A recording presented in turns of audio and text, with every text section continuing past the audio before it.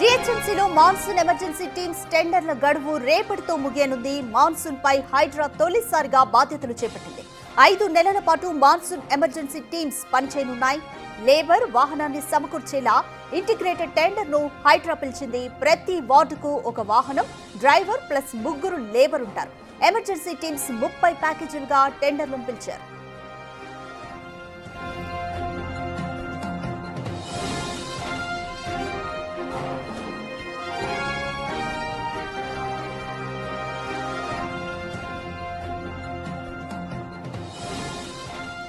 More details మా ప్రతినిధి శ్రావణ్ అందిస్తారు. శ్రావణ్, జీహెచ్ఎంసీలో మాన్సూన్ ఎమర్జెన్సీ టీమ్స్ టెండర్ల గడువు టైం రేపటితో ముగియబోతుంది. సో హైడ్రా ఏ విధంగా ఇంతవరకు బాధ్యతల్ని తన ఫస్ట్ టైం డీల్ చేసింది అనుకోవచ్చు? గడిచిన లాస్ట్ ఇయర్ వరకు జీహెచ్ఎంసీ మాన్సూన్ ఎమర్జెన్సీ బాధ్యతలు స్వీకరించనుండే. వాళ్ళే మాన్సూన్కి సంబంధించినటువంటి పూర్తి బాధ్యతలు కంప్లీట్ చేస్తుండే. కానీ ఫస్ట్ టైం రాష్ట్ర ప్రభుత్వం హైడ్రాకి బాధ్యతలు అప్పచెప్పింది. సో వర్షాలు అధికంగా కురిసేటువంటి అవకాశం ఉంది కాబట్టి వర్షాకాలంలో ఈ మాన్సూన్ ఎమర్జెన్సీ టీంల బాధ్యత హైడ్రాకి అప్పగించింది. దీంతో హైడ్రా ఆ టెండర్లను ఆహ్వానించింది. రేపు సాయంత్రం 4 గంటలతో ఈ టెండర్ల గడువు ముగియబోతుంది. మొత్తము 30 ప్యాకేజీల్లో ఈ టెండర్లను ఆహ్వానించింది. గతంలో జీహెచ్ఎంసీ దాదాపుగా 79 ప్యాకేజీలలో ఈ మాన్సూన్ ఎమర్జెన్సీ టీంలకు సంబంధించిన టెండర్లను పిలిచింది. మొత్తం 150 డివిజన్లు ఉంటాయి గ్రేటర్ హైదరాబాద్ వ్యాప్తంగా.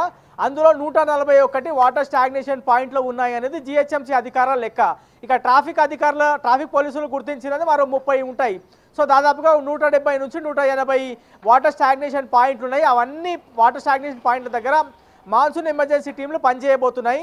సో హైడ్రా టెండర్లు పిలిచింది కాబట్టి రేపు సాయంత్రం టెండర్లు బిడ్ ఓపెన్ చేయబోతున్నారు. ఎవరు ఈ టెండర్లు స్వాధీనం చేసుకుంటారు అంటే ఎవరికి ఈ టెండర్ వస్తుందో వాళ్ళందరి కాంట్రాక్టర్లతో హైడ్రా కమిషనర్ రంగనాథ్ నేరుగా సమావేశం నిర్వహించబోతున్నారు. గ్రేటర్ హైదరాబాద్ వ్యాప్తంగా వర్షం ఎక్కడ పడినా సరే మాన్సూన్ ఎమర్జెన్సీ టీంలు పూర్తి స్థాయిలో పనిచేయాలి. ఒక మాన్సూన్ ఎమర్జెన్సీ టీంలో ఒక డ్రైవర్తో పాటు 3 వర్కర్లు ఉండాలి. పూర్తి స్థాయి ఎక్విప్మెంట్ వాళ్ళ దగ్గర సమకూర్చుకోవాలనేటువంటి అంశాన్ని చెప్పేటువంటి ప్రయత్నం చేశారు. టాటా ఏస్ వాహనంతో పాటు అంత ఈక్వలెంట్గా ఉన్నటువంటి వాహనాలు మాత్రమే ఉన్న వాళ్ళు టెండర్లు వేసుకోవాలని హైడ్రా కమిషనర్ రంగనాథ్ సూచించారు. పూర్తి స్థాయిలో రూల్స్ మెన్షన్ చేశారు కాబట్టి ఆ రూల్స్ అందరూ పాటిస్తూ టెండర్లు వేయాలని ఆయన ఆదేశించారు. రేపు సాయంత్రం 4 గంటల వరకు టెండర్ల గడువు ఉంది కాబట్టి టెండర్ల గడువు ముగిసిన తర్వాత దాదాపుగా జీహెచ్ఎంసీ పరిధిలో ఏవైతే మాన్సూన్ ఎమర్జెన్సీ టీంల బాధ్యతలు చేసినటువంటి కాంట్రాక్టర్లు ఉన్నారో వాళ్ళే ఈ టెండర్లు వేసేటువంటి అవకాశం ఉంది. గతంలో జీహెచ్ఎంసీ ఇసుజీ వాహనాల టెండర్లు పిలిచింది. కేవలం 9 ప్యాకేజీల ద్వారానే టెండర్లు పిలవడంతో అది రాష్ట్ర ప్రభుత్వం దగ్గరికి వెళ్ళింది. ముఖ్యమంత్రి కూడా సీరియస్ అవ్వడంతో అది కొంత వివాదాస్పదంగా మారిన తర్వాత హైడ్రాకి బాధ్యతలు అప్పచెప్పింది. సో ఓవరాల్గా మాన్సూన్ ఎమర్జెన్సీ టీంల బాధ్యత పూర్తి స్థాయిలో ఈసారి హైడ్రా మొదటిసారి నిర్వహించబోతుంది.